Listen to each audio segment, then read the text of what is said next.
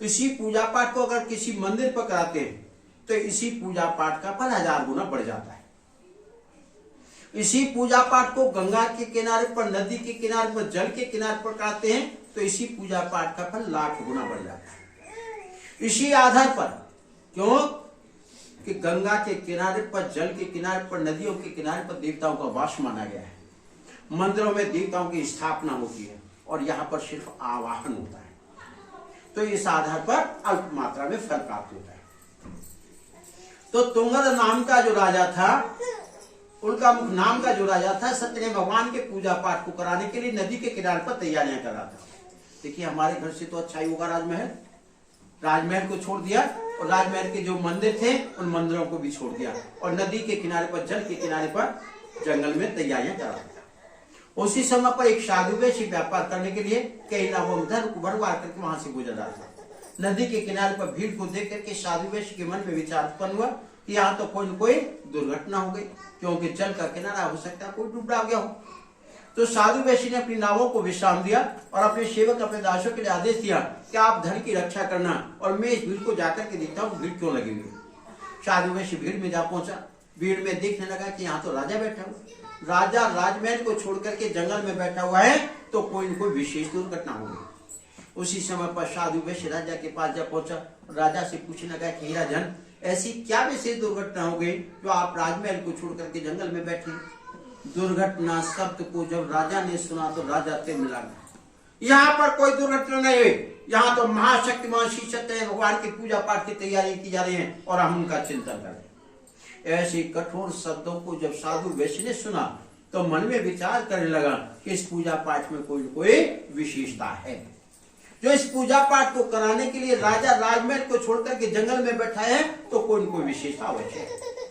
तो उसी समय पर साधु वैश्य ने राजा से प्रश्न कर दिया कि राजन, इस पूजा पाठ को करने से हमें क्या फल प्राप्त होता है। क्योंकि व्यापार करने वाला व्यक्ति सबसे पहले लाभ की इच्छा रखता है कि कौन से व्यापार को किया जाए जिससे अधिक से अधिक लाभ प्राप्त हो। तो उस समय पर साधु वैश्य ने राजा से प्रश्न किया और राजा ने उत्तर दिया कि संतानहीनों को संतान की प्राप्ति होती है और धनहीनों को धन की प्राप्ति होती है। साधु वैश्य ने जब इन शब्दों को सुना तो विचार करने लगा कि मेरे पास धन की कोई कमी नहीं, मुझे पता भी नहीं कि मेरे पास कितना धन है, लेकिन इसका उपयोग करने के लिए मेरे पास कोई संतान नहीं है और मुझे विश्वास होता है कि इस पूजा पाठ को करने से मेरे यहाँ पर संतान की प्राप्ति हो सकती है।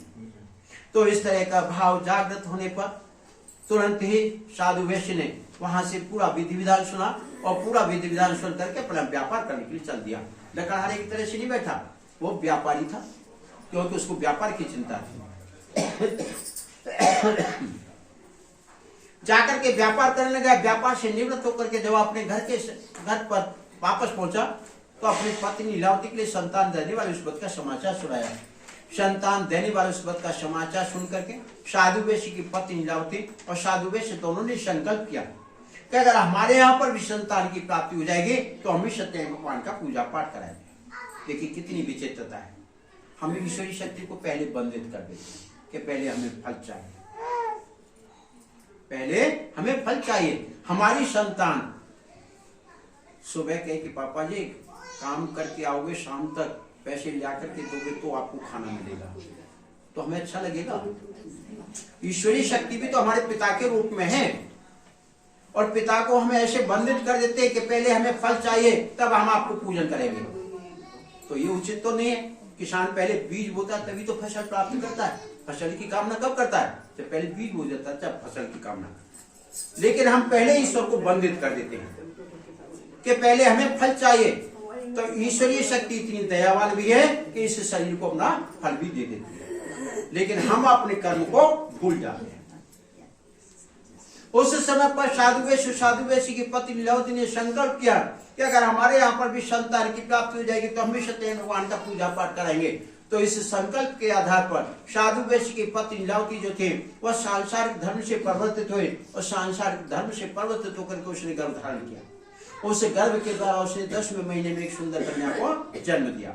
सुंदर कन्या को जन्म देकर के अपने पति को अवगत कराया कि पति देव अब तो हमारे यहाँ पर संतान की प्राप्ति हो चुकी है, हमारे शरीर के लिए जो बंध्या का दोष लगा हुआ था वह संपन्न हो चुका है। आपने सत्य भगवान के पूजा पाठ का जो संकल्प किया था उसको पूरा कर दीजिए। साधु वैश्य कह लेगा तुम तो पागल हो, ये तो पुत्री है, इसका पालन पोषण करेंगे, बहुत सा धन खर्च होगा, पढ़ाएंगे लिखाएंगे तो धन खर्च होगा, और फिर व्यापार विवाह का नंबर आएगा तो हमें पैसे की आवश्यकता होगी, तो पूरा जीवन खर्चा ही खर्चा है। इसलिए इस पूजा पाठ को जब करेंगे जब पुत्री का विवाह कर देंगे, उस एक बार का किया वह संकल्प आगे के लिए टाल दो। वहां पर प्रसूत का श्रुति नामकरण करा के शांति कर दी गई। पुत्री का नामकरण कराया गया, कलावती नाम रखा गया। साधु वैश्य अपने व्यापार में लिप्त रहा। पुत्री कलावती जो थी अपने माता पिता के 16 साल को पार कर चुकी। साधु वैश्य अपने व्यापार से निवृत्त होकर के नगर में प्रवेश किया तो अपनी पुत्री कलावती को सखियों के साथ में घूमते हुए नगर में देख लिया। घूमती हुई पुत्री को नगर में देख करके मन में विचार करने लगा कि मेरी पुत्री विवाह योग्य हो चुकी है, मुझे पुत्री का विवाह करना चाहिए।